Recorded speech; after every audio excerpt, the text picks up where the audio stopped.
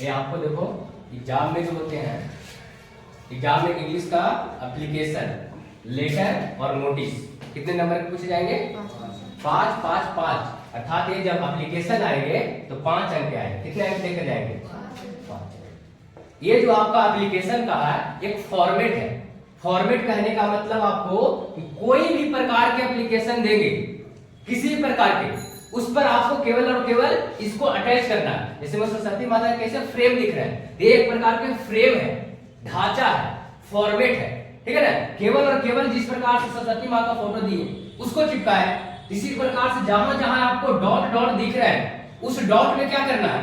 केवल और केवल प्रश्न के अनुसार से। जैसे कभी कभी आप लोग बचपन में भी सीखे होंगे एप्लीकेशन कि 5 दिनों की छुट्टी के लिए, और ये ध्यान रखे ये केवल और केवल एप्लीकेशन एग्जाम में नहीं पूछे जाएंगे बल्कि आपके दहेज को भी बचाओ।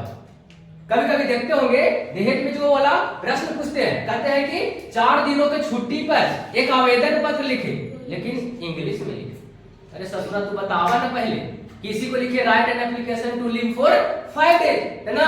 हम बोलेंगे बिहारी में, आपको पूछ रहा है मतलब कि जवाब देना है अंग्रेजी में, ऐसा थोड़ी होगी। ध्यान रखना ये आपको सब जगह पूछे जाएंगे क्या? एप्लीकेशन का। एप्लीकेशन को हिंदी बोलते हैं आवेदन पत्र। क्या है? आवेदन। तो ध्यान से देखिए ये फॉर्मेट क्या है। जब एग्जामिनेशनल हॉल में बैठिएगा तो क्या लिखिएगा? एग्जामिनेशनल हॉल। डेट लिखना है, जिस तारीख को आप एग्जामिनेशनल हॉल में लिख रहे होंगे उसका 22 फरवरी यानी कि 22 फरवरी 2025। उसके बाद जिस तरीका से हिंदी में लिखते थे सेवा में, तो सेवा में को इंग्लिश में क्या कहते हैं? यानी कि to the principal, to the district magistrate, to the principal. अगर प्रधानाध्यापक पर आएंगे तो प्रिंसिपल, डिस्ट्रिक्ट मजिस्ट्रेट पर आएंगे अर्थात डीएम पर आएंगे तो डीएम लिखेंगे। Through the class teacher, through the, अगर शिक्षक पर अर्थात प्रधानाध्यापक पर लिखेंगे तो क्या लिखेंगे? Through the class teacher. अगर डिस्ट्रिक्ट मजिस्ट्रेट पर लिखेंगे तो थ्रो द कर्मचारी। अरे सर गया कॉलेज गया, यहाँ पे अपना अपना स्कूल का नाम लिखना। जैसे मैं गया कॉलेज का स्टूडेंट हूँ तो क्या लिखे हैं? गया कॉलेज गया। अगला क्या है? सब्जेक्ट। या तो आपको सब्जेक्ट लिखना है या तो आपको रीजन लिखना, दोनों में से कोई एक ही लिखना है। जो रीजन रहेंगे, जैसे मैं 4 दिन की छुट्टी देंगे तो टू लीव फॉर डेज, अरसल में, या फिर गली नली वाले आएंगे उस पर लिख लेंगे। वो आपको एक क्वेश्चन रहेंगे अर्थात इस फिल इन द ब्लैंक्स में डालना है according to question, according to. यहाँ पे सर या मैडम, अगर प्रधानाध्यापक मेल होंगे तो सर लिखना, अगर डिस्ट्रिक्ट मजिस्ट्रेट मेल होंगे तो सर लिखना, अगर आपको प्रिंसिपल मैडम होंगे, मिस होगी तो मैडम लिखना। उसके बाद with due respect, with due respect आदर के साथ, विथ ड्यू रेस्पेक्ट आदर के साथ आई हैव टू से द फॉलोइंग लाइन्स, मतलब नीचे लिखे गए लाइन्स के माध्यम से, नीचे लिखे गए लाइन्स के माध्यम से टू योर काइंड कंसिडरेशन, आपका ध्यान को आकर्षित करना चाहते हैं।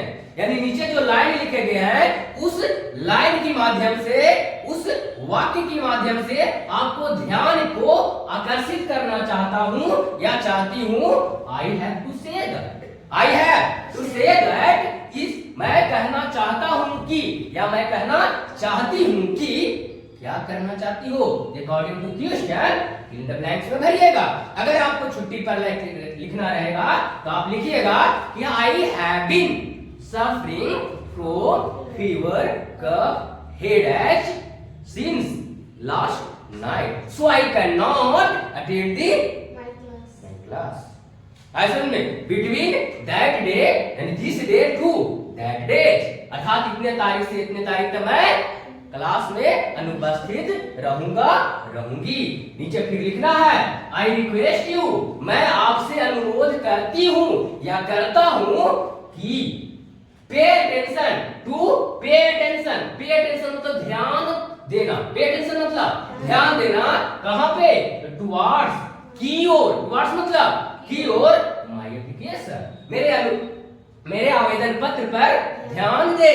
असल में I request to pay attention towards my application, your faithfully, आपके वफादार स्टूडेंट अगर आपको प्रधान अध्यापक पे लिखिएगा तो स्टूडेंट, अगर डिस्ट्रिक्ट मजिस्ट्रेट पर लिखिएगा तो पुपिल। उसके तो आप विद्यार्थी नहीं हुए, उसके तो आप जनता हुए ना।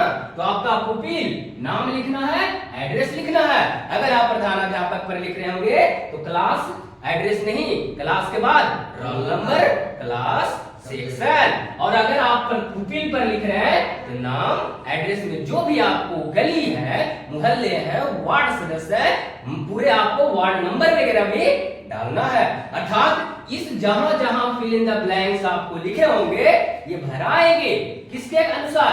According to question, according to question. अलग अलग आपको फॉर्मेट, अलग अलग आपको क्वेश्चन मिलेंगे, लेकिन ये फॉर्मेट जो है, ये फॉर्मेट आपको जिंदगी के साथ और जिंदगी के बाद भी जिस प्रकार से एप्लीकेशन पूछेंगे, जो भी एप्लीकेशन पूछेगा इतना लिखना तो बनता है। असल में कोई दिक्कत इतना में, इसी प्रकार से आपको जिस प्रकार से आवेदन पत्र दिए एप्लीकेशन, उसी तरीका से लेटर का भी बताएंगे। लेटर का दाम एकदम फिक्स पैटर्न है, जिस तरीका से डीएनए में जा रहा है उसी तरीका से वो भी डीएनए में जाएंगे लेटर। उसके बाद आपको क्या बताएंगे? नोटिस बताएंगे।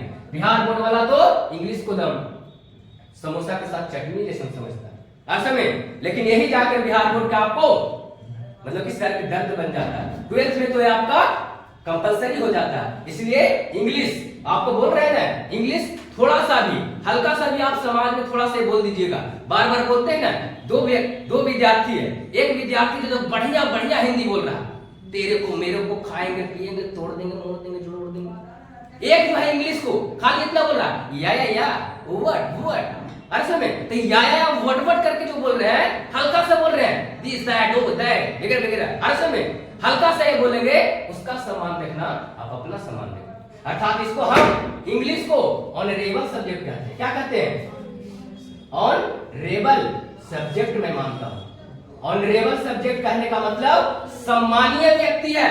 आप कहीं पे भी थोड़ा दो चार वाक्य बोल दीजिएगा, दो चार सेंटेंसेस बोल दीजिएगा इंग्लिश में, लनमा के लड़की जी गया में पढ़ा के अंग्रेजी में बात करें, अंग्रेजी में असल में हल्का सा भी ये बोल दीजिएगा तो अर्थात आप अपने समाज में कुछ ऊंचे दर्जे का सम्मान पाना चाहते हैं तो इंग्लिश को देखना नहीं, दम पढ़ना ही पड़ेगा। और हम तो हकीकत बताते हैं, जब भी बताते हैं, चाहे इधर बताएं आप लोग को 12 चैप्टर का, 12 का मतलब 8 16 चैप्टर का तो ट्रिक बताएं, जो बुक का लेखक का है वो भी तो बिहारी स्टाइल में बताया। ये तो समझ में आ गया होगा पूरा, कोई दिक्कत